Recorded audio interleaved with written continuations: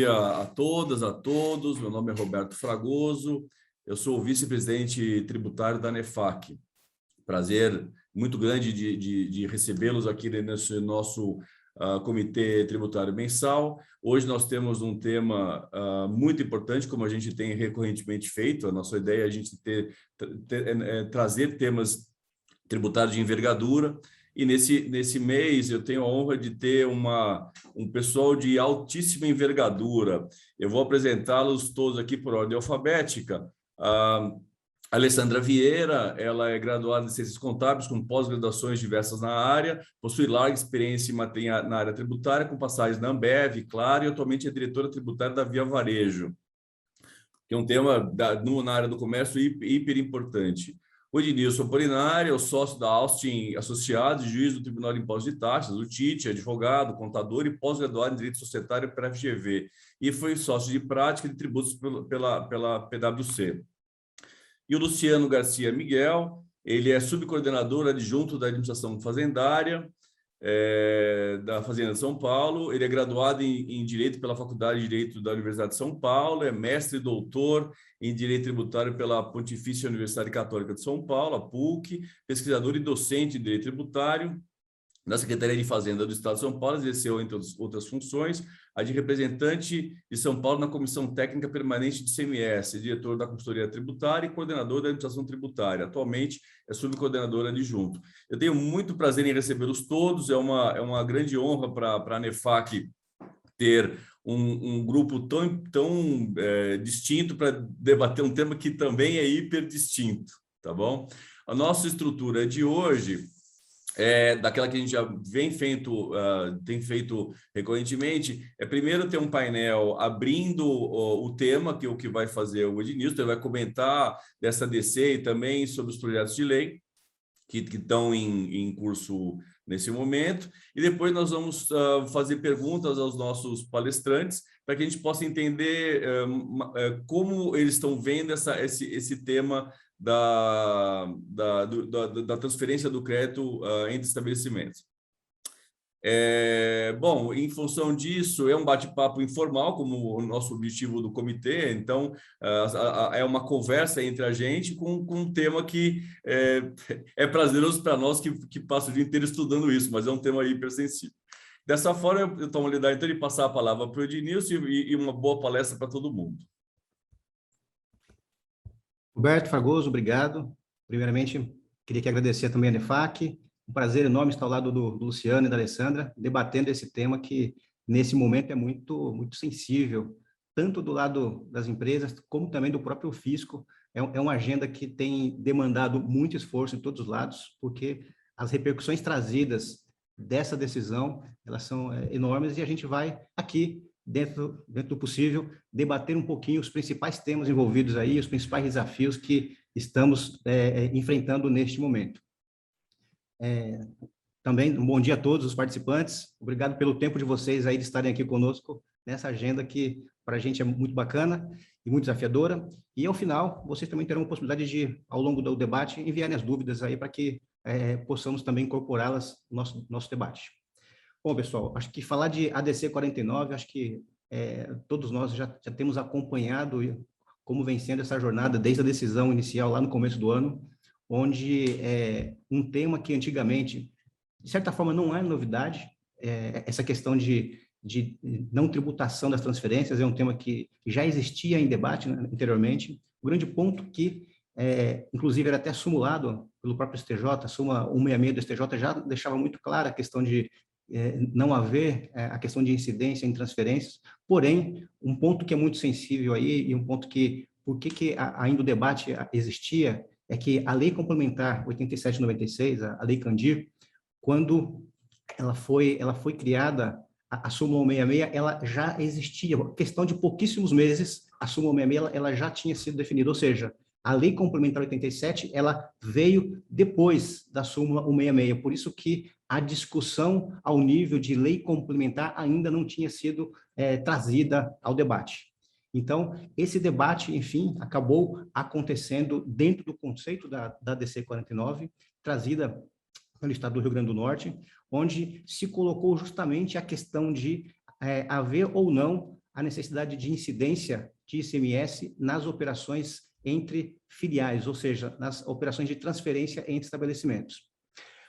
Ou seja, quando o STF ele foi provocado a falar sobre o assunto, de certa forma, a resposta do STF não teve muita surpresa em relação àquilo que já existia precedentes anteriores, mesmo do STJ e do próprio STF, em algumas situações específicas, já vinha sendo sinalizado essa questão, ou seja, a simples movimentação de mercadorias em transferências não estaria dentro do campo de incidência. Porém, temos uma norma posta, que é a Lei Candir, temos uma lei complementar, e ela precisava ser avaliada, e ela foi avaliada. Bom, pois bem, a partir do momento em que o STF apreciou a matéria, ele basicamente definiu como a ação era de constitucionalidade. Na verdade, o efeito contrário é que ele definiu que seriam inconstitucionais alguns dispositivos da Lei Complementar 87 de 96. Basicamente, os dispositivos que foram trazidos e foram julgados inconstitucionais, em relação ao fato gerador, seria o artigo 12, inciso 1º, da Lei Complementar 87 de 96, especificamente no trecho em que se determina que, ainda que para outro estabelecimento do mesmo titular, ou seja, na parte em que o fato gerador incluiria também a transferência para outro estabelecimento do mesmo titular, e aqui, já fazendo um esclarecimento, outro estabelecimento entendendo estabelecimento filial e não uma outra empresa do grupo econômico. Isso aqui já é importante fazer essa diferenciação, porque aqui estamos falando de estabelecimentos filiais, mesma raiz de CNPJ, ou seja, não grupos econômicos diferentes. E, por consequência, também a própria base de cálculo decorrente, que é o artigo 13º, parágrafo 4º, ou seja, tanto desqualificou e entendeu como inconstitucional o próprio fato gerador nessas saídas, como também a própria base de cálculo. Eu acho que aqui a novidade trazida, e depois a gente vai debater um pouquinho também com os colegas, a novidade trazida, esse é o ponto mais sensível, que é a questão da transferência em estabelecimentos, mas tem um outro ponto que foi que o STF também inovou, e de certa forma nem tinha sido o objeto da grande discussão trazida, que foi a inconstitucionalidade também do artigo 11, parágrafo 3º, inciso 2, que trata justamente da autonomia dos estabelecimentos. Quando ele também tocou nesse ponto, de certa forma, ele acabou aí alcançando um cenário muito mais amplo até do que foi a discussão trazida inicialmente, que era a transferência, e é uma discussão que também está sendo debatida agora nos embargos, mas é uma questão que, de fato, se não houver aqui uma restrição exatamente ao alcance do que foi o julgamento em relação às transferências em si, é um precedente muito complicado esse de tocar e de se considerar inconstitucional o artigo 11, que trata justamente de algo que é muito peculiar, de algo que é muito intrínseco, principalmente para o ICMS, que é a autonomia dos estabelecimentos. Mas isso vai ficar por conta de um debate que vamos trazer um pouco mais. Pois bem, pessoal, então, diante desse ambiente de incerteza, foram opostos embargos dessa decisão, justamente para esclarecer alguns pontos que não ficaram bem claros, e alguns pontos que, de certa forma, estão gerando dúvida e estão gerando, assim, uma incerteza de insegurança jurídica muito forte no sentido de implementar essa decisão. Existem aspectos relevantes aí que precisam ser enfrentados e, de certa forma, eles foram colocados nos embargos e estão sendo apreciados. Ou seja, existem temas ligados à questão do crédito, ou seja, um estabelecimento que fez a aquisição original, que depois fará a transferência, como ficará essa questão do crédito, se o crédito poderá ser mantido, se o crédito poderá ser transferido. Então, existe esse debate, e isso foi colocado de uma forma para ser apreciada nos embargos. Não sabemos, de fato, qual vai ser o alcance dessa apreciação, porque como esse tema, de certa forma, não foi trazido ao debate nas etapas anteriores, não sabemos exatamente se nos embargos isso vai ser enfrentado ou se isso vai ser, de fato, silenciado. Mas é algo que a gente vai debater um pouquinho. Então, até essa questão do crédito para a gente enfrentar, seja manter ou seja transferir, é um ponto sensível.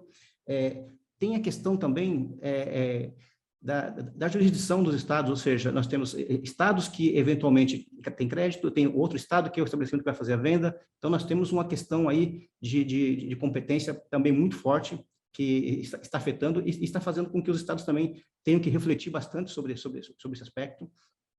Um outro ponto também muito bem colocado nos embargos, que vai ser apreciado, que de uma certa forma, quando se exclui essa incidência, você acaba jogando meio que uma toalha em cima de um trabalho que foi muito forte, feito pelos estados, enfim, em relação à questão da guerra fiscal que foi resolvida, questão dos incentivos fiscais. Quando você começa a trabalhar nessa questão de sair e não ter tributação mais, você é um retrocesso em relação ao passo que já tinha sido superado pela Lei Complementar 160, que disciplinou a forma de como os incentivos fiscais deveriam ser convalidados. Quando você tira totalmente essa tributação nas operações de transferência, você toca nesse ponto que é sensível tanto para o Estado como para muitas empresas, que de uma certa forma era um tema que já tinha sido superado, mas que também está sendo impactado fortemente por essa decisão e que também foi colocado nos embargos. Então, ou seja, são temas que estão sendo colocados lá e que vamos aguardar como que vai ser esse desfecho.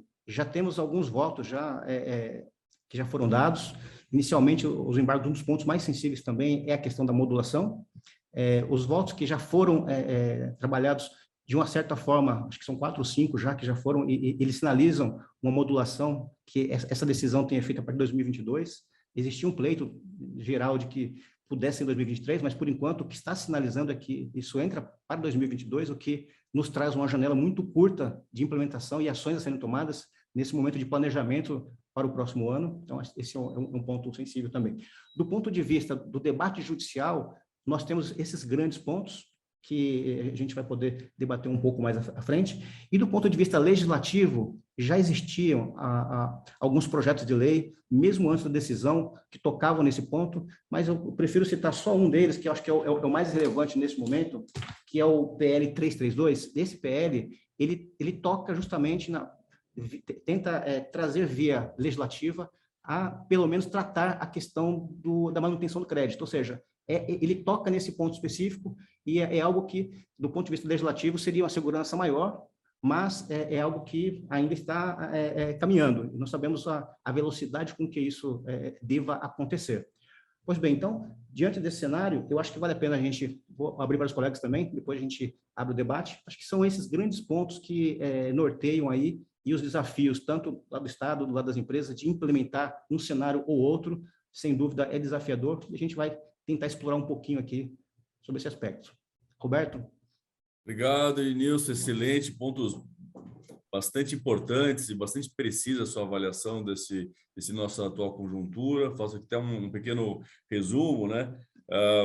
A primeira questão dessa possível perda, né, que hoje as empresas têm o timing para organizar, uma vez que se tudo vier como pior cenário, as empresas não vão poder transferir créditos entre seus estabelecimentos, né, que vai gerar um efeito enorme. E daí nós temos assim, aprendizados bons, estava comentando, né, a questão da tentativa de resolução da guerra fiscal via Lei Complementar 160, que foi um movimento muito forte, os dois movimentos, como eu tenho de lembrar aqui, né? Esse foi o último, mas teve também o anterior, que a questão da guerra dos portos também trouxe uma acomodação naquela loucura da guerra entre os estados. E aí fica pendente, né, essa questão de como será dada a modulação dessa decisão, né, qual é o limite, os efeitos dessa decisão, se a gente vai conseguir ou não transferência e manutenção do crédito, seja dentro do Estado ou mesmo fora do Estado. É um problema também grande quando a gente fala de operações interestaduais. Aqui dentro do Estado, o próprio Estado regula, mas fora do Estado a coisa toma um grau maior, né? E aí, em complemento com isso, o que está andando é esse PL 332, né, que fala sobre a manutenção do crédito. E aí, quais são os limites? Né? Um PL deve ser um PLC, né, para ter essa envergadura própria para tratar em matéria de ICMS. Né? Muito bom, legal. Deixa eu, então, abrir a primeira questão, né? E aí fiquem à vontade para comentar. Eu queria que vocês comentassem dos potenciais efeitos dessa decisão do Supremo, o que ainda não ficou claro. E eu abro com a Alessandra, apenas por ordem alfabética, mas depois a gente vai alternando entre a Alessandra, o Luciano e o Edilson, mas todos, por favor, fiquem muito à vontade em tecer comentários e aproveitar pontos, e a gente vai, tá bom? Então, obrigado, Ednilson, e eu abro essa pergunta para início da nossa conversa agora. Bom, bom dia a todos. Eu acho que, como o Ednilson já colocou, esse tema é super relevante, né, Fragoso? Acho que a gente tem uma importante é necessário a gente já discutir, debater e já alertar o quanto esses efeitos desdobram, né? O Luciano acho que vai colaborar bastante aí, mas já com um olhar de negócio, né?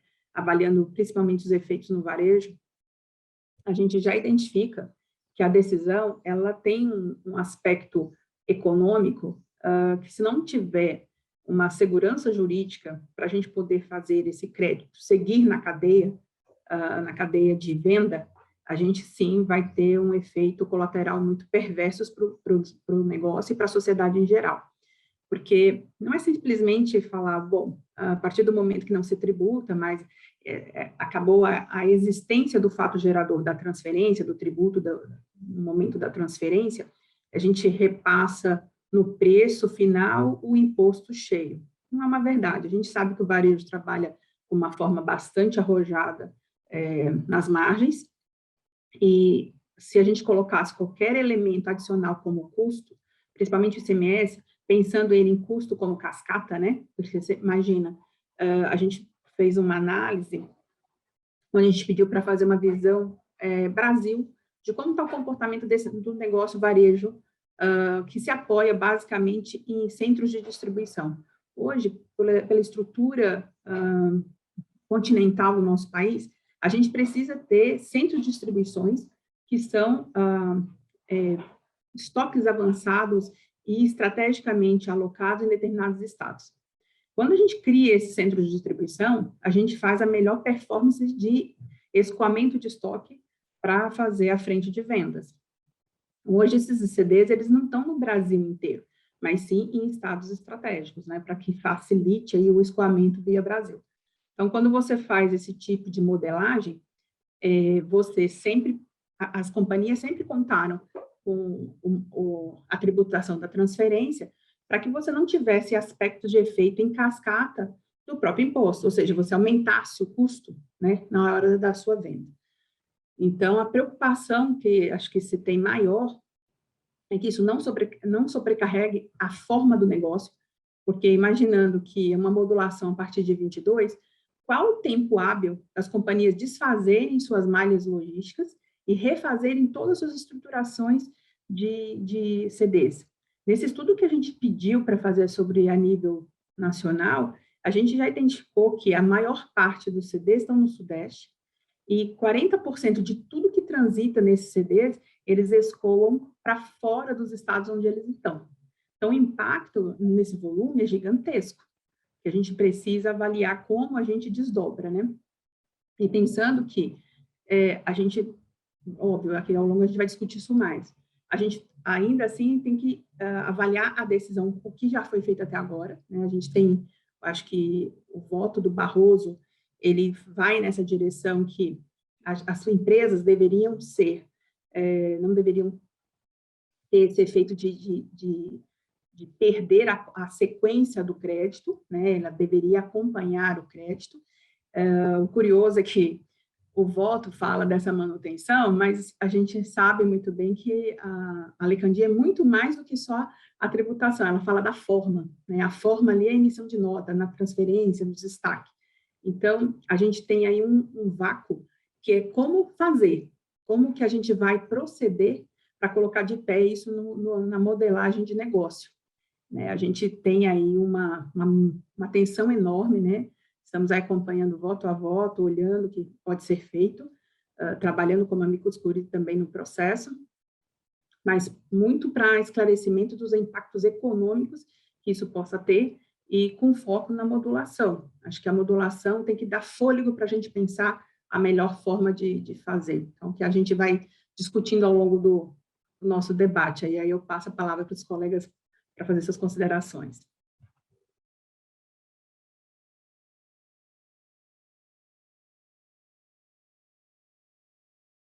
Luciano? Qual a sua visão sobre essa história, Luciano? Antes de mais nada, eu gostaria de agradecer o convite, né? O convite tão gentil da ANEFAC, na pessoa do Ednilson, do Fragoso, e cumprimentar, né, os meus colegas painelistas. Eu gostaria de dizer o seguinte: é que toda a qualidade da tributação ela está baseada em 3 pilares. Né? Primeiro é a segurança jurídica. O segundo é a neutralidade. Né? O tributo, tanto quanto possível, ele não deve influir negativamente na economia. No terceiro, uma coisa que é muito própria do Brasil, é o equilíbrio das relações interfederativas. Né? Infelizmente, essa decisão ela conseguiu abalar esses 3 pilares. A Alessandra já apontou o primeiro ponto, né, que é a segurança jurídica. Né? Veja bem, pelo voto do Fachin, que é o voto que conduziu e ao qual os outros ministros aderiram no julgamento da DC 49, não ficou claro. Né?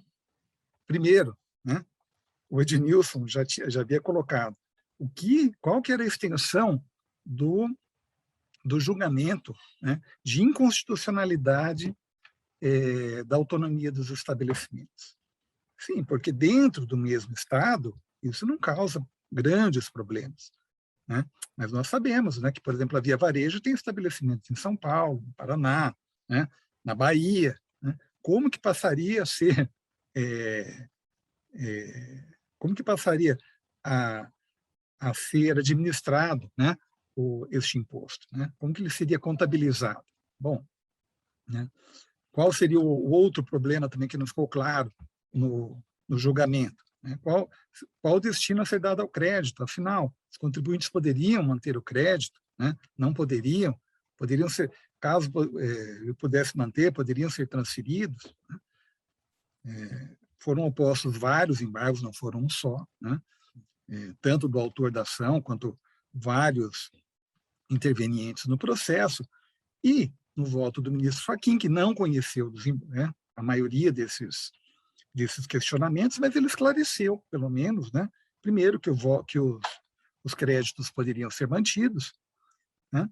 E segundo, que a autonomia do estabelecimento havia sido afastada tão somente para efeito da não incidência do ICMS na transferência de mercadoria entre eles, ou seja, né, o ICMS continuaria a ser apurado da forma como é feito hoje.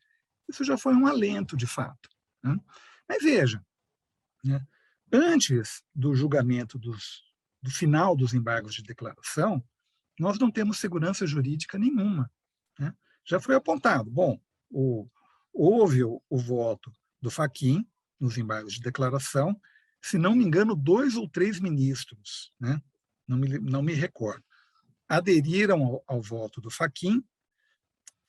Posteriormente, houve o voto do Barroso, que inovou ao dizer que o crédito pode ser transferido. Né? Mas não esclareceu que crédito é esse que pode ser transferido. Ou seja, continuamos com um grande problema. Né? Agora, né, foi pedido vista novamente, e nós temos a possibilidade do STF vir a pelo menos esclarecer esses pontos que faltam. Né? A Alessandra colocou muito bem, né? Como fazer isso. Né? Mas antes do como, Alessandra, nós temos, né, o STF tem que esclarecer esses pontos, especialmente, né, o que ainda está em aberto. Né? O crédito pode ser, eu acho que a maioria não tem muitas dúvidas que o STF vai permitir a manutenção de crédito. Né? Seria o caos, né, o tumulto geral, se o STF dissesse que o crédito não poderia ser mantido. Então, entendo que os ministros entenderão que sim, que o crédito pode ser mantido. Pois bem, se o crédito pode ser mantido, vamos entrar no segundo ponto, que é o do equilíbrio das relações federativas. Ele pode ser transferido ou ele deve ser transferido? O Barroso não esclareceu esta questão. Né? Pode ou deve? Né? E o último ponto, né? A nossa grande questão, né? Que crédito é esse que será transferido? Né? O crédito relativo à aquisição das mercadorias, né? Ou o crédito das operações interestaduais que hoje não existem mais. Né?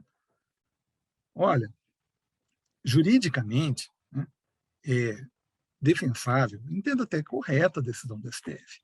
E digo mais, né, ainda, né, nos longínquos anos 70, anos 60, né, quando o ICM foi criado, os grandes artífices da criação do ICM já sabiam que não havia incidência nessas operações. Aliás, nem operação se trata, né, nessas transferências.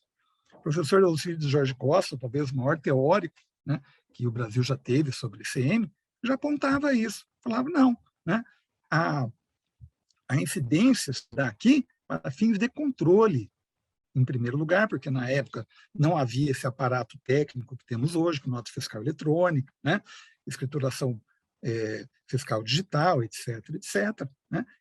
E dois, né, para uma redistribuição da carga tributária do ICM, hoje ICMS, nas operações interestaduais, né, com uma alíquota interestadual menor do que a praticada nas operações internas, que gera uma distribuição de carga entre o estado de origem e o estado de destino.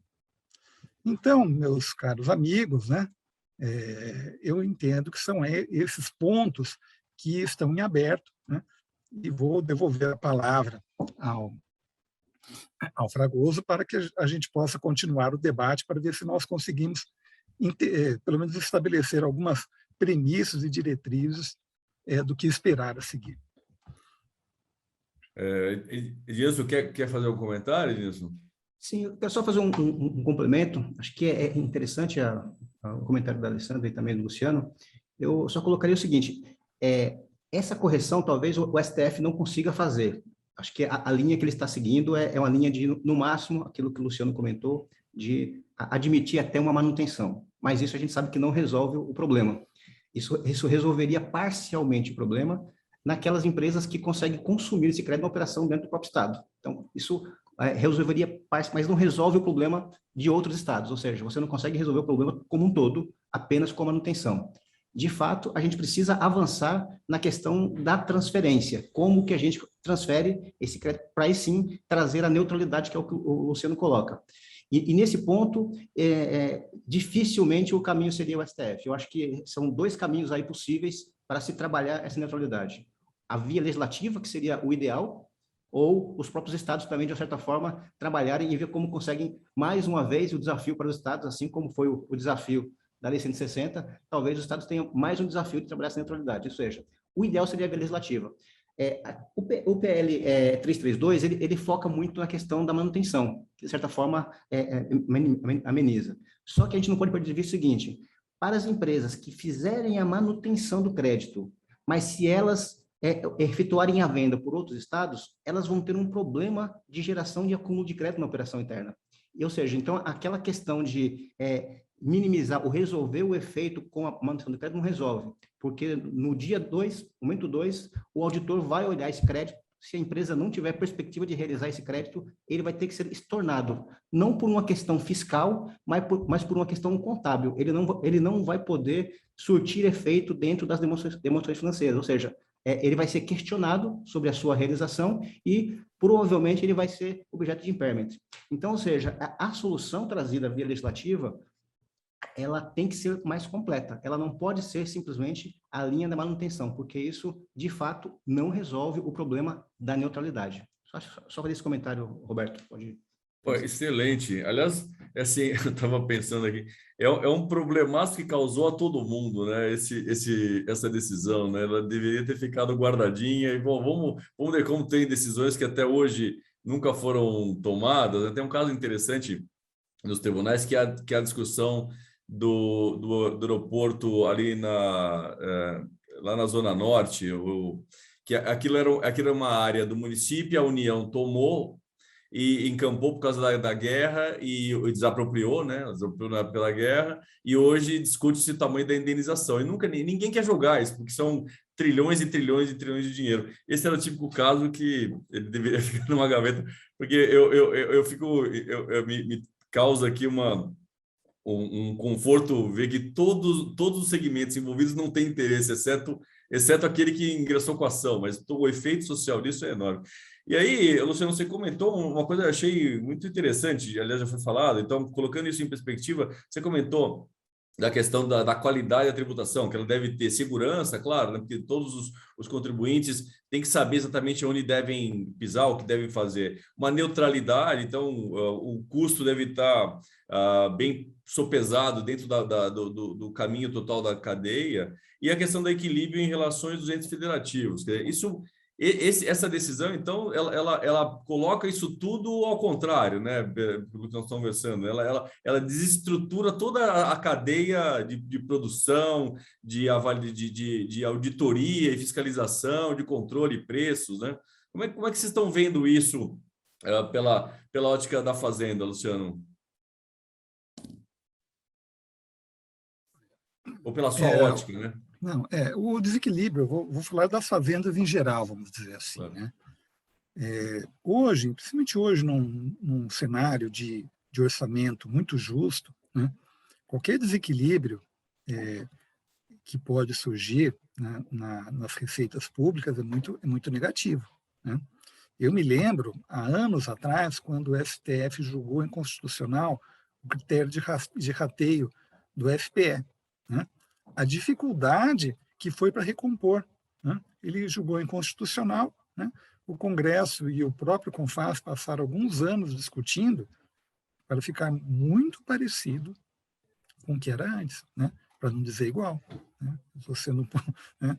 Não vou dizer que ficou igual, mas assim ficou muito parecido, né? Foi apenas uma pequena mudança no arcabouço para não afrontar a decisão do Supremo Tribunal Federal. Mas qual que é o problema que eu vejo nessa decisão, né?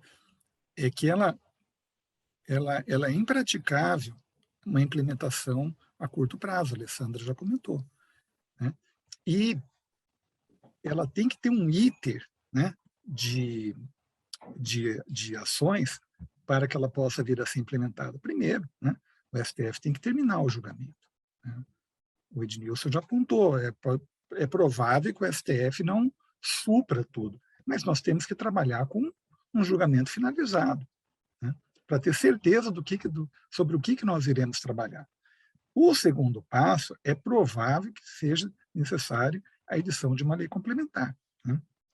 Pelo menos, né, se o STF, eu disse que a primeiro ponto ele vai, entendo que ele vai julgar que o crédito é mantido. Mas os dois outros pontos, né, se o crédito deve ser mantido na origem, no destino, se isto é, né, uma faculdade ou não do contribuinte, né, e que crédito é esse que será transferido, isso tem que ser debatido, né?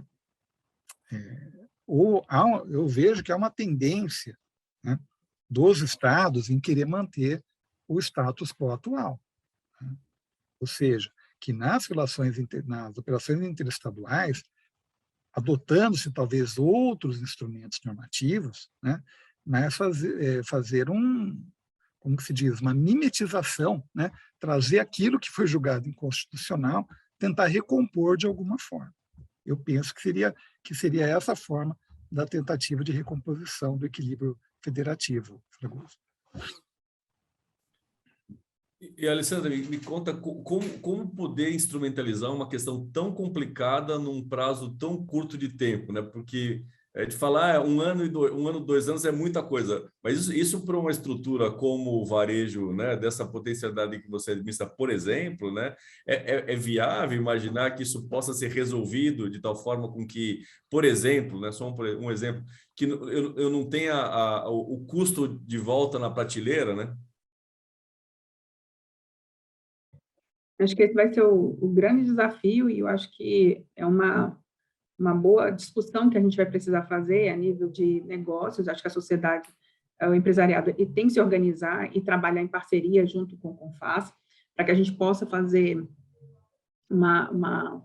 minimamente algum convênio que possa dar maior sustentação, para a gente poder criar algum tipo de ação mitigatória, né? O Ednilson falou muito bem, uma das grandes preocupações que as companhias têm, desde o início ali do voto do Fachin, assim que o Fachin voltou, teve um calor no mercado, os investidores já perguntaram como é que ficariam essas questões de crédito, qual o potencial impairment que isso afetaria, e óbvio que as companhias já vêm pensando, nesse que o assunto está pautado, qual é o pano de fundo aí que a gente tem para poder fazer uma revisão, uma remodelagem de negócio. Não é simples, como a gente falou, tem muitos negócios com estrutura de CDs gigantescas, estruturadas já há alguns anos em determinados posicionamentos para fazer esses desdobramentos, mas acho que algumas questões vão ser muito importantes, né? Acho que no desdobramento, né, dos votos, mas olhando o panorama que a gente tem agora, e pensando no que foi até agora o que o julgamento nos colocou, ele simplesmente já exclui o evento do tributo na transferência. Então, você passou a ter inexistência dessa operação. Eu acho que o grande ponto começa daí. E aí você tem que olhar qual é a operação legítima do crédito que você tem até agora. Você só vai ter a operação de compra. Então, se você pensar numa rastreabilidade, numa composição de um arcabouço para tentar criar uma segurança jurídica, você vai ter que trabalhar com os elementos que você vai ter disponível, né? Que é perverso, porque a segurança jurídica fica extremamente abalada. Então, a gente já pensa, e para você, é ruim falar isso, mas são as construções que acabam sendo desdobradas, que é o potencial do contencioso. É o que a gente já escuta muito no mercado. Como é que você vai ter que estruturar? Você não vai poder fazer, são milhões de investimentos que foram feitos ao longo dos anos, que as companhias não vão poder desestruturar isso de um dia para o outro. Não conseguem levar para a prateleira qualquer tipo de custeio nesse momento que a economia está fragilizada, que a gente está vendo aí os índices de inflação de uma forma que já está tirando bastante a capacidade de consumo, e ainda assim a gente fazer pressão de preço. Não faz o menor sentido. Então, o que a gente já enxerga é o potencial desdobramento de um novo contencioso em cima desse contencioso, né? É duro, mas é o fato, para que a gente possa ter minimamente uma cadeia de preço economicamente equilibrada. Porque fazer uma reestruturação de CDs a partir de janeiro, pouco provável. A gente não vai ter. E fazer qualquer pressão de preço para tentar passar isso para o consumidor e tentar fazer uma calibragem, né, das companhias, não faz sentido diante de uma economia tão fragilizada que a gente está vendo aí, tá vendo os indicadores.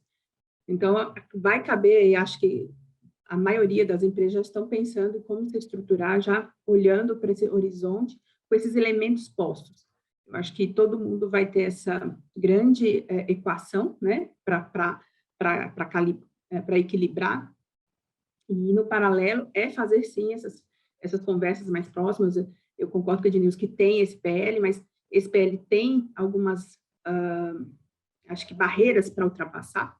A gente está falando acabou de ter uma decisão de inconstitucionalidade de um item que, se esse SPL não for trabalhado, vai voltar a falar mais do mesmo, então vai ser inconstitucional de novo. Então, a gente precisa reapresentar os argumentos para avaliar se essa lei para de pé, primeira coisa. E aí, eu acho que no paralelo, eu tenho muito mais a percepção que o CONFAZ, junto com as entidades, possam trabalhar numa solução de adequação, e por isso acho que a expectativa das companhias é não ter essa necessidade em 22, desculpa, não ter essa modulação para 22, mas sim 23, e dando tempo, fôlego, para fazer uma melhor discussão e uma implementação que seja realmente, de fato, neutra, e que traga que caiba um equilíbrio econômico nesses desdobramentos de preço. Eu acho que todo mundo está com isso muito na mira das estratégias das companhias. Olhar o que essa decisão traz de desdobramento econômico para os negócios. E aí, isso gera inflação, né? Isso gera perda de valor aquisitivo para a sociedade que vai comprar um produto por um valor muito maior só por uma questão fiscal que agora apareceu, que nunca teve no radar, como o Luciano está falando, desde os anos 50, 60, que o tributo tomou o pé que tem hoje, né? hoje nós teremos um custo adicional por uma decisão. É um problema muito sério, né? Mas e como tratar? O Luciano falou um negócio interessante, eu queria abrir um pouquinho mais isso para o Ednilson, para o Luciano, para comentar. Quer dizer, a partir do momento que eu tenho uma decisão dessa, eu vou ter um vácuo, pelo que eu entendi, né, Luciano? Porque eu vou ter que ter, posteriormente, uma lei que retome, uma lei complementar que retome e ressignifique essa nova estrutura que eu entendo. Realmente, se eu não tenho transferência de propriedade dentro de uma empresa, eu não teria ter incidência, mas foi uma forma de acomodar, né? Para que pudesse acomodar o princípio da não cumulatividade em função desse princípio maior ainda de neutralidade da tributação, né? Então, poxa, como é que nós vamos ter um vácuo? Supondo que ela seja implementada, seja aplicável para 2022, né? Então, eu teria que ter uma lei complementar sendo publicada, então, a partir do final, nem dá, né? Mais, né? Teria que ser realmente 2023 para que essa lei pudesse... Como é que vocês veem isso? Olha, acho que a Associação Brasileira da Indústria Alimentícia, ela cita um trecho do próprio STF nos embargos de declaração que ela opôs, né, que eu achei muito interessante. O próprio STF falou, olha, o embargo de declaração é a última possibilidade do STF evitar o caos nessas ações diretas de constitucionalidade ou inconstitucionalidade, né? Eu entendo, como a Alessandra, em 2022 é impraticável, em todos os sentidos, né? Veja, mesmo que não tivesse a lei complementar, né? Mesmo que não tivesse, e o CONFAS tivesse um esforço hercúleo, né, de conseguir um desenho jurídico sustentável, né, para início de 2022, mesmo assim nós teríamos que fazer a parametrização dos sistemas, não só dos sistemas particulares das empresas, dos sistemas públicos, né? Toda a administração tributária hoje, ela se vale de sistemas públicos de escrituração, né? Todos eles teriam que ser reparametrizados, né? Veja, a incidência, né, é uma forma muito simples de transferir o crédito, né? Por quê? Porque ele tem segurança jurídica, ele é auditável, né? Ele é facilmente comprovável, né, tanto pelo destinatário quanto para aquele que transferiu o crédito. Quando nós deixamos de ter isso, né, tudo se torna mais complexo. Então, eu estou trabalhando, né, com a possibilidade, né, muito grande desta implementação ficar para 2023, e não será um prazo longo, né? Por quê? Porque o ideal é que tenha uma lei complementar, né? O ideal é que eu já falei para vocês, né, que o STF defina, né, de uma forma ou outra qual que é o julgamento, né? E a partir desse julgamento ter uma lei complementar que pelo menos dê a macroestrutura de como ficará esse crédito, para que possa o CONFAS posteriormente, né, concretizar essa estruturação através da edição de um convênio, né, e os estados, por fim, né, implementarem nas suas legislações. É isso. Em 2022, me parece que é ser impraticável, né? Vamos ver como que vai seguir aí o julgamento.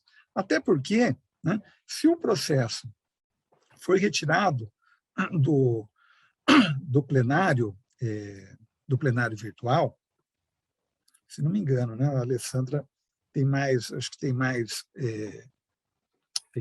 conhecimento disso do que eu. Mas, tirando do plenário virtual, ele vai para o plenário online, ou seja, uma reunião que os ministros não estão presentes, mas eles conversam entre si, debatem entre si, ou até mesmo para um plenário físico, né, que eu acho que seria o ideal nessa matéria. Ou seja, provavelmente esse processo não será julgado em 2021. Né? Ele vai ser julgado, né, entrando já em 2022. Por isso que me parece que é um argumento que reforça a modulação de efeitos para 2023. E aí nós teremos um prazo não longo, né, mas pelo menos um prazo factível para implementar todas essas mudanças. Roberto, aproveitando um pouquinho o comentário do Luciano, acho que é interessante. Mesmo o caminho da construção de uma nova lei complementar vai ser um debate grande, porque a gente desconstrói uma lei complementar que vigorou aí desde 96, não tem como a gente simplesmente dar um corte e fazer com que aquilo que ela tratava seja de pronto, porque nós vamos ter um cenário diferente aí para ser tratado, porque eu acho que isso vai ser um dos primeiros casos em que nós vamos estar diante de uma aplicação de não cumulatividade entre estados diferentes num cenário que não vai ter tributação. Nós vamos ter um modelo jurídico a ser construído bem interessante, e não vai ser legal, e não vai ser um caminho viável nem para os estados retroagir e tentar tratar isso como crédito presumido, porque não é crédito presumido. Até porque, se for por um caminho de crédito presumido, a gente vai voltar numa discussão de guerra fiscal, vamos voltar na discussão de se isso é receita ou não. Então, não é um caminho viável. Então, nós vamos entrar numa discussão, nós vamos ter que desenvolver um novo instrumento jurídico dentro da lei complementar, onde a gente vai ter que aplicar a não cumulatividade, envolvendo estados diferentes, ou seja, vamos ter uma questão de federação aqui envolvida, em que a não cumulatividade vai ser aplicada sem a incidência de imposto. E isso não deve ser tratado como crédito presumido, ou seja, nós vamos ter um debate grande, vamos trabalhar isso não é crédito presumido, porque é simplesmente a aplicação de não cumulatividade pura, e a gente não pode nunca esquecer que a não cumulatividade, ela sempre tem duas vertentes. Ela tem a vertente de ter o direito garantido de construir o crédito do que foi pago, mas ela também tem a vertente de poder se utilizar esse crédito na operação subsequente. Ou seja, eu tenho sempre duas vertentes quando eu analiso não cumulatividade. E, nesse sentido, vai ser uma construção nova. Vai ser uma construção nova porque envolve duas entidades diferentes. Só esse complemento, Roberto. Você lembrou bem, né? Porque, a partir do momento que eu chamo isso de presumido, volta a discussão se isso é um não tributável para fins de imposto de renda, porque é um fato novo, é um aumento patrimonial novo. Então, tem uma mega discussão se isso aí é tributável, não é tributável, enfim. E aí a conta fica pior ainda, né? A emenda fica pior do que o próprio soneto, né? Como falam o pessoal da música, né? Agora, qual é a chance da gente ter um voto que, de alguma forma, amane de tudo e tente voltar ao status como era antes? Existe alguma chance disso acontecer? Você vê algum voto, alguns relatores, pegando o voto do ministro Barroso, que sinaliza para essa questão da possibilidade de tomar o crédito, e aí eu já estou na de colocar, né, o dever ser do poder ser, né, e o poder ser de quem? Do Estado, do contribuinte, né? Há chance de uma linguagem atenue esse dano todo de tal forma com que a gente sinta que veio só uma marolinha? O que vocês acham? Olha, eu me atrevo a dizer que pouco provável, viu, a gente ter algo que reverta a decisão, né? Eu acho que a decisão está posta, assim, a extinção do evento, da tributação da transferência, eu acho que isso a gente não tem aí como reverter. O que acho que a gente vai ter nos embargos, e aí, pontuando o que o Luciano já falou, é um desdobramento, talvez, da estrutura que sirva até de elementos para a gente fazer uma boa discussão de regulamentação mais à frente. Mas, de fato, no Supremo, eu acho que não vai acontecer essa neutralidade que se espera, porque, assim, vai entrar em temas que são muito mais analíticos e aspectos de forma que o Supremo não vai ter condição, por mais que a gente faça de elementos, faça como sociedade manifestações, né, dos efeitos, o próprio Supremo não vai ter esses elementos para falar, para sustentar isso num embargo, como fazer. Por exemplo, a gente está discutindo aqui esse crédito, a gente olhando para o princípio da não cumulatividade, onde você tem que fazer aí a neutralidade dos eventos, a gente remete a qual crédito? Da compra, que já que não se tem aí mais a existência do tributo na transferência, ele simplesmente não existe, né? Ele a gente não está nem falando de não incidência ou isenção, a gente não está falando disso, a gente está falando de não existência, eliminação do evento. O evento sumiu, acabou. Qual é a sua primeira operação legítima daqui para frente, então? Vai ser a sua compra. E aí, é um pouco do que a gente vem discutindo aqui. Como remodelar todo o seu negócio, porque a gente não trabalhava assim, né? A gente sempre trabalhou com a alíquota interestadual para fazer esse equilíbrio econômico, enfim, que é um equilíbrio que vem ao longo dos anos, e que eu entendo, e o Apolinário e o Luciano podem colaborar, mas eu entendo que esses elementos são tão granulares que não vai ser aí no embargo que vai ser neutralizado. Eu acho que não. Eu acho que a gente vai ter que trabalhar muito mais numa discussão ampla, e de verdade, eu acho que a gente tem muito mais espaço para discutir em convênios, enfim. Também me preocupa esse ponto do presumido. Eu acho que a gente tem que trabalhar na forma, na melhor equação, né? Olhando o princípio da não cumulatividade, para que a gente possa ajustar isso. Mas aí eu passo também para o Apolinário e para o Luciano complementarem, mas eu não estou com essa visão tão positiva, não. Alessandra, eu assino embaixo, eu também acho que não. Infelizmente, Roberto, gostaria de dar uma visão positiva aqui, mas essa discussão não se encerra no STF. Eu acho que o STF ele vai só trazer elementos para a gente, para a discussão avançar. Seria bem razoável se, de fato, entrasse 2022 ainda e essa discussão estivesse acontecendo, porque eu acho que deveria acontecer como aconteceu lá atrás, mesmo em guerra fiscal, que o próprio STF chamou os estados, chamou todo mundo, olha, vocês precisam regulamentar, achar a maneira adequada de regulamentar, e foi-se criado um caminho de resolução pela Lei Complementar 160, então foi algo desenvolvido. Aqui o caminho deveria ser o mesmo. O STF, na minha visão também, deveria se posicionar dessa forma, deveria trabalhar as vias legislativas e as vias executivas adequadas para que a solução viesse completa, porque senão a gente vai entrar num debate de mais 20 anos para definir agora o que fazer com crédito. A gente demorou, sei lá, quase 30 anos para não tributar e agora vai demorar mais 20 ou 30 anos para... Então, ou seja, eu acho que essa construção tem que ser feita na origem e muito bem feita, para se evitar, vamos dizer assim, essa discussão que, a princípio, traz uma insegurança jurídica para todos, tanto para os estados, sobre a perspectiva de arrecadação, para as empresas, no sentido de definição de regra a ser aplicável.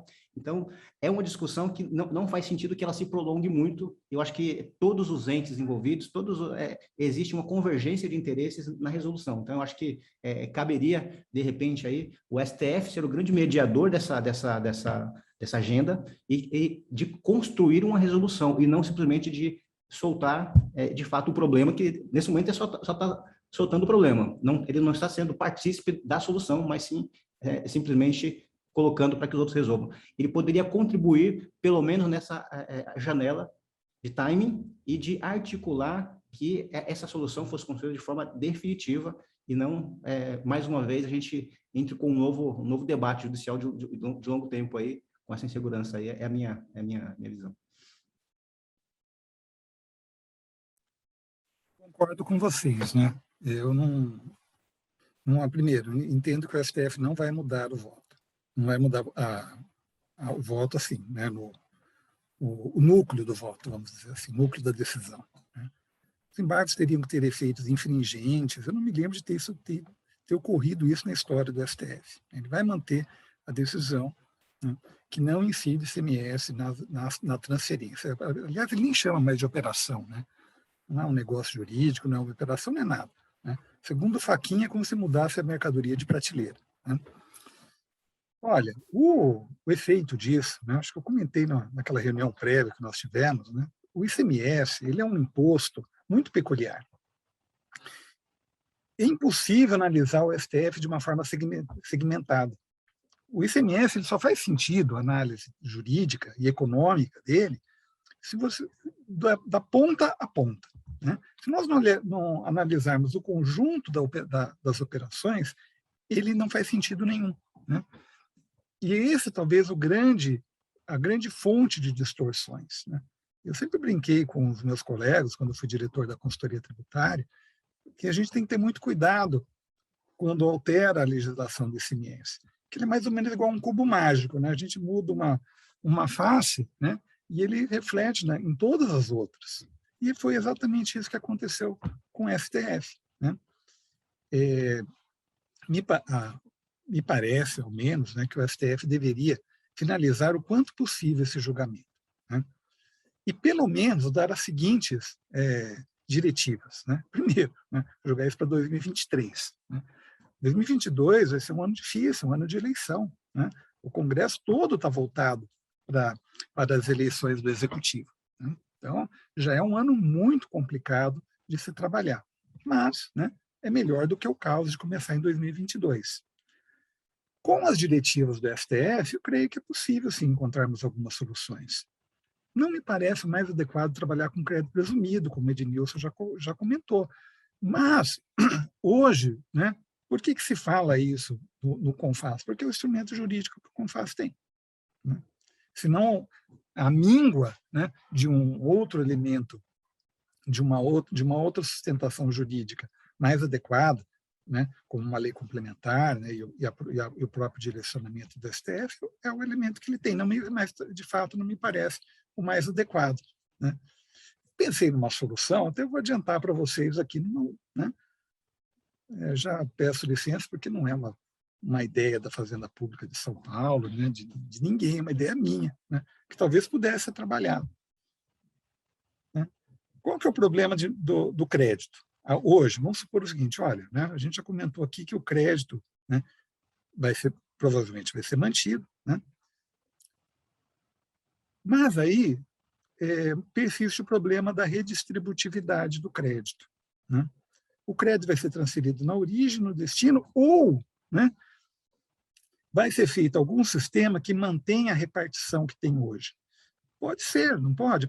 Suponha que um crédito, que um contribuinte tenha um montante de crédito de uma determinada mercadoria, né, que ele transferiu para o seu estabelecimento de um outro estado. Né? O crédito poderia ser transferido proporcionalmente, né, à aplicação da alíquota interestadual. Né? Por exemplo, aplica-se uma saída de São Paulo para Minas Gerais, vamos supor assim. Né? Ele tem um crédito de 18% na entrada, né? Mas a alíquota interestadual é 12%. Né? Teoricamente, né, muito a grosso modo, é lógico que não é assim, né? Essa ideia teria que ser muito trabalhada, né? A proporção seria 12% para São Paulo, 6% para Minas. Né? Porque se aplicaria, hoje, como é que se aplicaria? Uma alíquota interestadual de 12%, né? Ficaria 12% para São Paulo, 6% para Minas em termos de divisão de base de tributação. Poderia ser mantido mais ou menos uma mesma proporção, né, na transferência do crédito. É uma possibilidade, né, que, na minha visão, não afronta a decisão do Supremo. Mas, né, tem que ser previsto em lei complementar, ao menos, porque a Constituição determina, né, no artigo 155, parágrafo 2º, né, 12, numa daquelas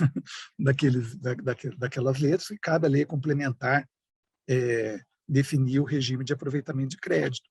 Então, tendo que haveria, né, pelo menos a princípio, né, deveríamos ouvir ainda os outros participantes, mas haveria uma possibilidade de nós tratarmos a transferência de crédito, não de uma forma absoluta, né, ou fica tudo na origem ou tudo no destino, né, mas fazer uma transferência uma manutenção e uma transferência proporcional, tomando como base, né, as proporções de divisão das alíquotas interestaduais. Luciano, excelente, viu? Excelente, excelente. Obrigado por compartilhar. Acho que esse é um dos caminhos daquele que eu estava comentando, de resolver o problema da não cumulatividade sem necessariamente entrar no crédito presumido. E até já deixando claro, o crédito presumido é ótimo como um instrumento de viabilizar essa transição, viu? Eu não sou contra o crédito presumido, não.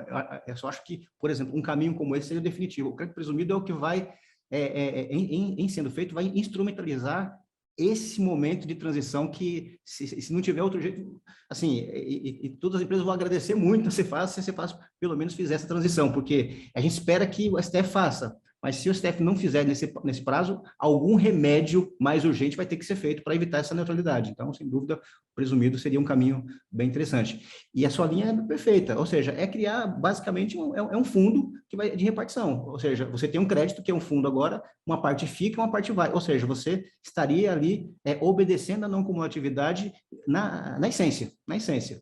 A parte que vai ficar aqui vai honrar, o pedaço que fica aqui no estado de origem, e o estado de destino vai receber o pedaço dele, e aí a busca pela neutralidade, eu acho que ocorreria. Sem dúvida, é um caminho muito bacana, muito bom. Vejo com muito bons olhos. Agora, deixa eu voltar um pouquinho ao papel do STF, né? Pelo que eu historicamente lembro, quando os temas são polêmicos, o STF acaba trazendo, antes de qualquer decisão, os grupos, né, que representam determinadas correntes, né? Então, tem vários temas polêmicos que o Supremo já tratou, o aborto, etc. Então, ele não decide de primeiro, né? E ele vai ouvindo os segmentos, a igreja, ouviu os médicos, etc. Estou pegando esse exemplo como outro qualquer. Nesse caso, nós já estamos muito avançados, nós já estamos discutindo não mais a decisão, estamos discutindo, eventualmente, embargos de declaração, né?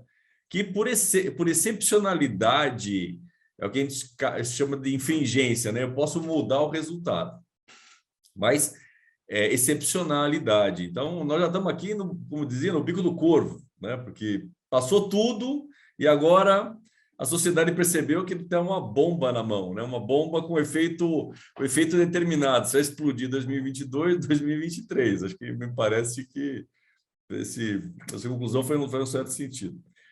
E aí a pergunta, será que o Supremo vai realmente...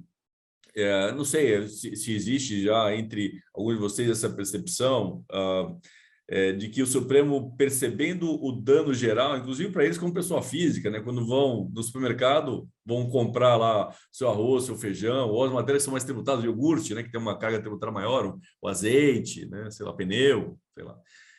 Perceber que está mais caro, né? Bem mais caro, porque se nada for feito, eu vou ter um custo o ICMS da entrada vai ser custo. Então, vou ter, sei lá, 12, 18, sei lá quanto, de custo adicional no preço da mercadoria. Vocês veem a possibilidade do Supremo fazer esse chamamento, né, das entidades todas interessadas e, para isso, tentar regular isso por meio da decisão ou não? Eu acho que as entidades têm um papel, assim, acho que nem esperar o chamamento. Eu acho que as entidades todas já têm que estar fazendo ali um trabalho, principalmente com assessores do ministro, do próprio ministro, e até manifestações públicas desses efeitos. A gente até, na nossa prévia, a gente conversou bastante disso, né? O Supremo, ele vota de tudo. Você acabou de dar um exemplo, né? Volta do aborto a tema tributário. E se você olhar a composição do Supremo, a gente não tem hoje um juiz ali, ou, enfim, que tenha a vivência tributária do Brasil. Na verdade, é isso que está acontecendo conosco, né? Então, acho que a gente precisa, sim, articular, na verdade, assim, dar visibilidade dos efeitos econômicos. Eu acho que é fundamental que todas as associações comecem a levantar a bandeira que minimamente, a gente viu aí a carta do CONFAS direcionou ao ministro Fachin, que foi super importante, já falando, levantaram a mão e falaram, precisamos de tempo. A gente sabe de outros movimentos de associação que estão fazendo essa mesma abordagem, falando não só do tempo, mas falando dos desdobramentos econômicos, como você bem falou, famoso, dos efeitos econômicos para a sociedade, mas para os negócios também, né? A gente sabe que tem várias empresas hoje, até indústrias, né? Se você pensar no movimento em cascata, onde a indústria vai começar, vamos pegar a indústria de embalagens, que já tem centro de distribuição. Essa indústria vai ter o custeio adicional por conta do ICMS de não conseguir repassar para as suas revendas, né? Para os seus estabelecimentos estaduais, que por consequência, na hora que venderem, vão atribuir mais custo para as outras indústrias, vamos pegar aqui de eletroeletrônico, que vão assumindo maior custo no final, não é só do evento da transferência para aquele business, mas de toda a cadeia produtiva. Então, o que a gente está alertando, que eu acho que é fundamental, é que as associações todas comecem, já precisavam estar com isso na mão, são estudos econômicos do negócio na cadeia produtiva. A sociedade, de fato, vai ter evento perverso aí no contexto de preço, mas a gente não está falando só isoladamente, a gente fala do movimento econômico desdobrado, né, onde todo mundo acaba interferindo no negócio do outro, né? A gente fala de uma combinação de negócios. Então, acho que faz sentido essas manifestações, acho que os laudos econômicos, dando um zoom, né, nas indústrias, na própria operação logística, ela vai ter efeito também, imagina, ter que se reorganizar, né, logística, a gente está vendo que é um dos setores que tem crescido e dado mais oportunidade de emprego, então, o quanto isso afeta, né, você tendo que remodelar seu centro de distribuição, você não vai ter mais essa inteligência de centro de distribuição, não faz sentido, né, a partir de uma remodelagem dessa, por conta do custo. Então, a gente tem um efeito bem adverso e complexo na cadeia produtiva. Então, acho que cabe, antes até do Supremo chamar a manifestação ser antecipada, a gente já precisava fazer isso rapidamente.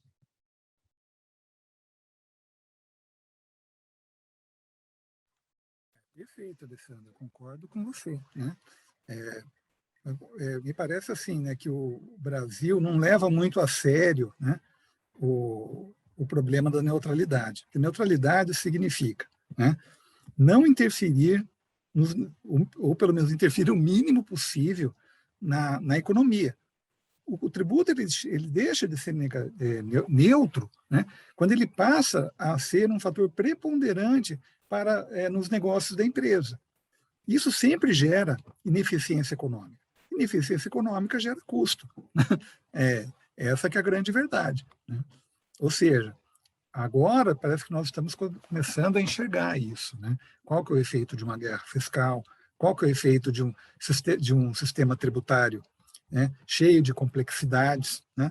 E quanto maior, né, uma coisa que eu sempre costumo colocar também, né, a complexidade não surge por um acaso, né? Ela não surgiu pelo fato isso já ouvi essa história, que o brasileiro tem essa tendência de ter uma fúria legislativa, de legislar sobre tudo. Não é isso, né?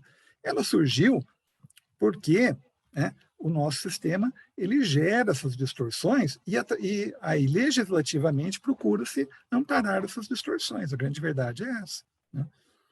Então, Alessandro, eu vejo com muito bons olhos essa posição sua, né, de que as entidades econômicas devem procurar o Supremo, né, primeiro para que ele deixe essa decisão, né, qualquer que seja ela, para início de 2023, né, para que nós tentemos, né, as entidades representativas aí dos interesses dos contribuintes, junto ao CONFAS e às fazendas públicas, fazer um desenho, né, que atenda a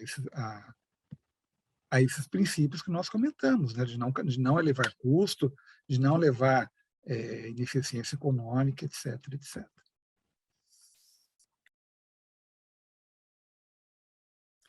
Essa é uma questão importante, né? Porque a partir do momento que há uma convergência de interesse entre a maioria dos estados, né, e os contribuintes, né, poxa, esse discurso deveria ter um som melhor, né? Pegando como exemplo, o tempo de demora para publicação dos embargos de declaração no caso da exclusão do ICMS na base de cálculo do PIS/COFINS. Demorou de 2017 para 2020, se não me engano, né?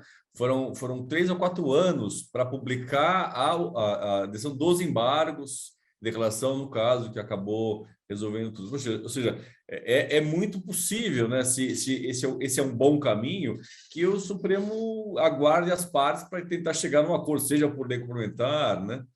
Agora, que ferramental que nós temos? Então, temos esse esforço de todos de ir conversar com o Supremo, temos também lei complementar, então o efeito legislativo, e o CONFAS, ele é um ferramental, ele é possível atuar de forma independente também, tentando resolver esse problema, ou ele está sempre, vai estar sempre alicerçado, fundado, numa existência de uma lei, nesse caso em concreto?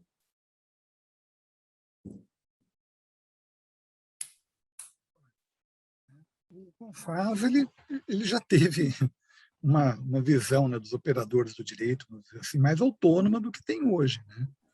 O Supremo tem decidido ultimamente que o convênio é um instrumento jurídico limitado, vamos dizer assim, né? Ele não pode inovar a ordem jurídica.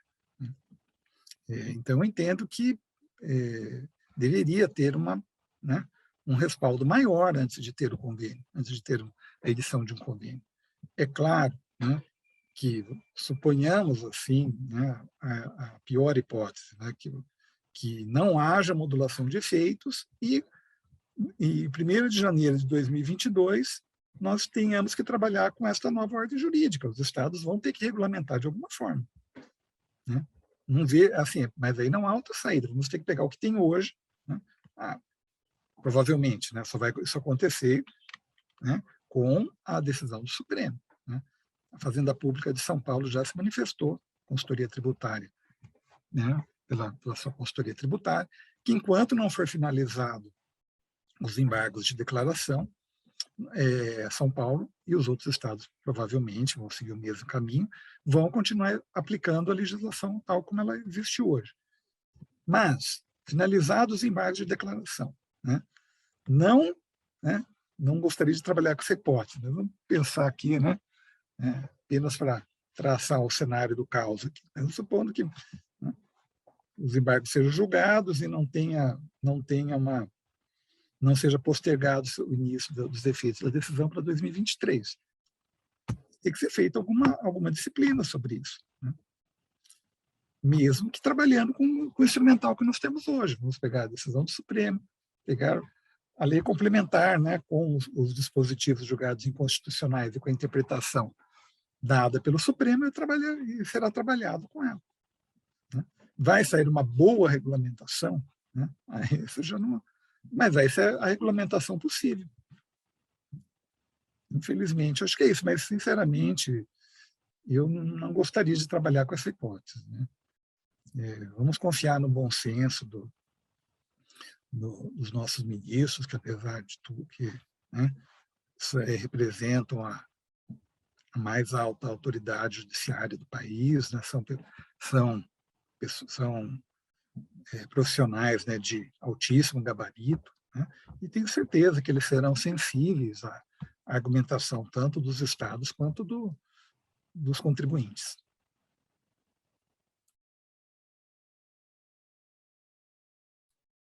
Quer comentar, Edilson? Os colegas já comentaram bem, já. Eu acho que é justamente esperar, eu acho que o que se precisa nesse momento é desse timing. Acho que já seria um grande benefício desse timing para que todos em conjunto, né? Acho que os interesses são convergentes de todos os lados, na construção de uma solução que seja permanente, seja perene, e não de uma solução que eventualmente a gente volte a discutir. E vamos aguardar, acho que estou com o Luciano também, o Alessandro, vamos aguardar um pouquinho de bom senso, mas, por outro lado, enquanto sociedade geral, acho que todos os entes aqui, enfim, mercado, empresas, associações, temos que estar muito presentes, muito fortes, e mostrando a dimensão desse impacto que muitas vezes o STF não consegue imaginar a dimensão desse impacto, econômico talvez, mas de instrumentalização, com certeza, ele não tem a menor dimensão de como quer instrumentalizar uma decisão dessa. Você sabe que você fez uma analogia interessante da questão do cubo mágico, né? Eu vou trazê-la aqui a nossa pauta novamente, porque o cubo mágico ela tem várias formas de ver, né? Eu tenho ele em absoluta harmonia, que são quando as cores estão combinadas, né? E tenho ele em situação caótica, né? Quando não há nenhuma combinação de cores, né?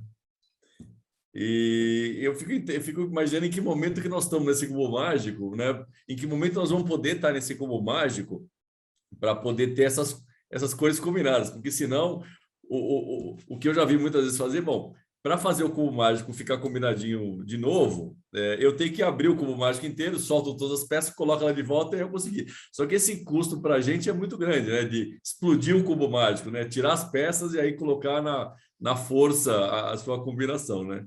E esse cubo mágico ainda ele é pior, né? Porque ele não tem aquelas 6 facetas, né? Esse cubo ele tem no mínimo 27 facetas, né? Com todos os tipos de combinação possível. Então não são... imagina um cubo com 27 lados, que é um cubo, brincadeira, fala, mas uma figura geométrica qualquer com 27 lados, e também a quantidade de pecinhas envolvidas, né?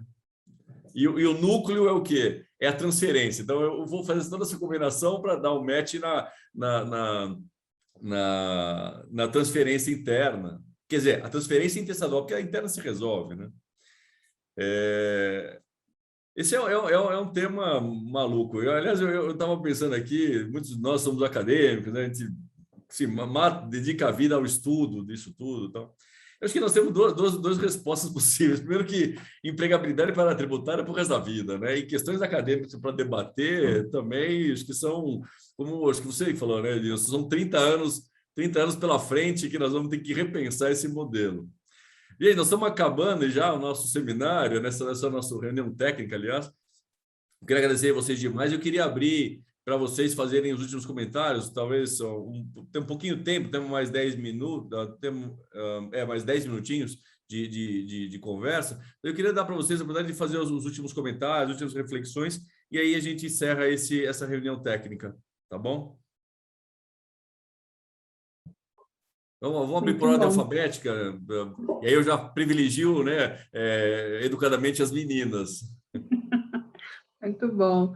Não, agradecer mais uma vez a ANEFAC por essa pauta tão importante. Eu acho que faz todo sentido a gente fazer esse tipo de discussão neste momento. A gente tem que fazer esses alertas às associações. Eu acho que todos nós que tivemos a oportunidade de escutar e temos aí representatividade nas associações, alertar que a gente precisa fazer esses movimentos de manifestação, sim, ao STF, mostrar, demonstrando os efeitos, né, para os negócios, para a sociedade. Acho que a gente tem que se preparar para isso e já fazer essa atuação muito forte. Eu agradeço aqui o Apolinário e o Luciano aí pelo compartilhar o painel, falar, né, trazer essas visões para a gente também fazer reflexões, né? A gente que está nessa cadeira quente, né? Como você acabou de falar, Fragoso, a gente não perde trabalho, né? Mas a gente acaba tendo que se reinventar todos os dias e saber tentar pensar no melhor panorama e trazer para os executivos, para o C-Level, como é que você tem aí uma percepção, uma nova forma, né, de passar. E, óbvio, né, trabalhando nas construções e alianças aí de novas soluções. Eu acho que é bastante interessante todo esse contexto que a gente está vivendo, e eu acho que a gente tem esse papel fundamental, né? Se a gente ficar lá, silenciar, realmente a gente só depois fica com a reclamação, né? De como fazer. Se a gente se manifesta, a gente passa a ser parte do processo. Então, acho que ainda não está tarde, dá para a gente fazer algumas coisas. Acho que é o fundamental, e a gente tentar fazer algo agora. Obrigada, e vamos tentar ir para 23. Vamos todo mundo fazer um barulho, uma onda grande, para ver se isso vai para 23 mesmo. Obrigada mais uma vez. Também quero agradecer aqui a ANEFAC pelo convite, Fragoso, também a Luciano, a Alessandra, sem dúvida, foi um painel bem interessante. Essa troca de experiências aqui, eu acho que agregou muito e nos deu a visão que temos uma lição de casa muito grande para fazer, seja de forma estratégica até o final do ano, temos alguns caminhos aí a seguir, enquanto a decisão definitiva não vem. Eu acho que está se encaminhando para que a maioria das empresas vão trabalhar estratégias, principalmente jurídicas, porque, de fato, a questão de fazer essa mobilização dentro desse momento de incerteza e essas modificações não faz sentido agora. Então, acho que a maioria vai seguir por um caminho de buscar um respaldo jurídico, uma estratégia jurídica, para passar por esse momento de transição e indefinição ainda. E certamente, acho que os estados também estão sensibilizados com isso, estão fazendo também a lição de casa interna também e olhando como um todo também. Eu acho que esse é um outro caminho que também a gente vê nesse momento. Então, eu vejo que nesse momento de planejamento para o próximo ano em relação a esse tema, eu acho que os caminhos que estão sendo colocados são esses, ou seja, é uma estratégia jurídica muito forte de como se precaver nesse momento, antes de fazer mudanças drásticas operacionais por conta do ambiente ainda de incerteza. O outro ponto é avançar como instituição, como empresa, enfim, e intensificar o diálogo e esses impactos junto junto ao legislativo, principalmente, que a gente tem que estar muito próximo deles, e também ao judiciário, obviamente, mas tem que ser a dimensão do problema, ele tem que ser atacado em todas as vertentes, então a gente tem sempre que estar mobilizado, e eu faço parte da NEFAC há muito tempo, a NEFAC está sensível a isso, e contem sempre, né, Roberto, com a NEFAC, porque é uma das nossas bandeiras, então, sempre que vocês precisarem de um canal de reforço, a NEFAC estará sempre à disposição. Então, eu vejo, agradeço aí o painel, e fica também o recado. Algumas pessoas aqui, eu vi rapidamente no chat ali que colocaram, questão de autuação. Assim, a minha visão muito clara é que, enquanto essa definição não acontece, essa questão de autuação, acho que isso fica sobressado, ou seja, não há interesse nesse momento do Estado, porque ainda é uma decisão que não tem ainda, não está definitiva. Então, nesse momento, em termos de fiscalização, autuação, eu acho que ainda não é o momento para se tratar isso de forma definitiva. Eu acho que ainda tem decisões importantes que precisam ser tratadas nos embargos, que vão delinear aí o caminho a ser tomado.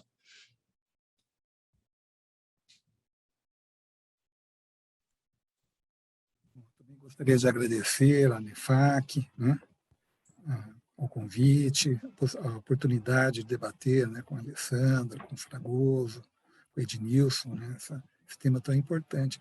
Eu acho que uma lição que fica disso tudo, né, é que a gente tem que sopesar muito quando formos fazer alterações tão estruturais, né, na tributação. Eu vejo pela reforma tributária, né? O ano que vem eu faço 20 anos de Secretaria de Fazenda e acompanho e estudo as reformas tributárias desde que ingressei na Fazenda, né? 20 anos. Né? Todo mundo sabe que tem que mudar. Né? Todo mundo sabe que o nosso sistema não é o melhor, né? Poderíamos ter um sistema muito melhor na tributação sobre o consumo. Qual que é o grande problema? A forma de mudar. Né? A mudança ela tem que ser feita de uma forma, né, que não prejudique os envolvidos. Então, vamos fazer uma reforma tributária, não pode prejudicar os estados, os municípios, né, a própria União, ou os contribuintes. Ela tem que ser feita de uma forma, né, equilibrada. E eu acho que essa é a grande dificuldade de qualquer mudança, né? Tanto uma mega mudança quanto uma reforma tributária, como uma importante mudança como essa da DC 49. Né? É isso, muito obrigado, né? E estou à disposição para novas conversas. Né? Até logo. Muito bom, muito bom. Gente, eu queria agradecer verdadeiramente a todos. Eu sinto o prazer de ter aquela sensação de missão cumprida, né? O papel da NEFAC é exatamente esse, né? É poder trazer essa riqueza de tema e palestrantes. Né? Isso eu acho que é o que nos enriquece, nos anima. Saber que nós temos um problema sério, mas nós temos sim, muitas vozes boas pensando verdadeiramente no problema e a gente, como associação, buscando disseminar esse conhecimento, que é o papel nosso, né? Disseminação de conhecimento e também networking, né? Poder conhecer pessoas boas, pessoas que agreguem valor. Então, nisso, eu agradeço, então, de coração vocês todos.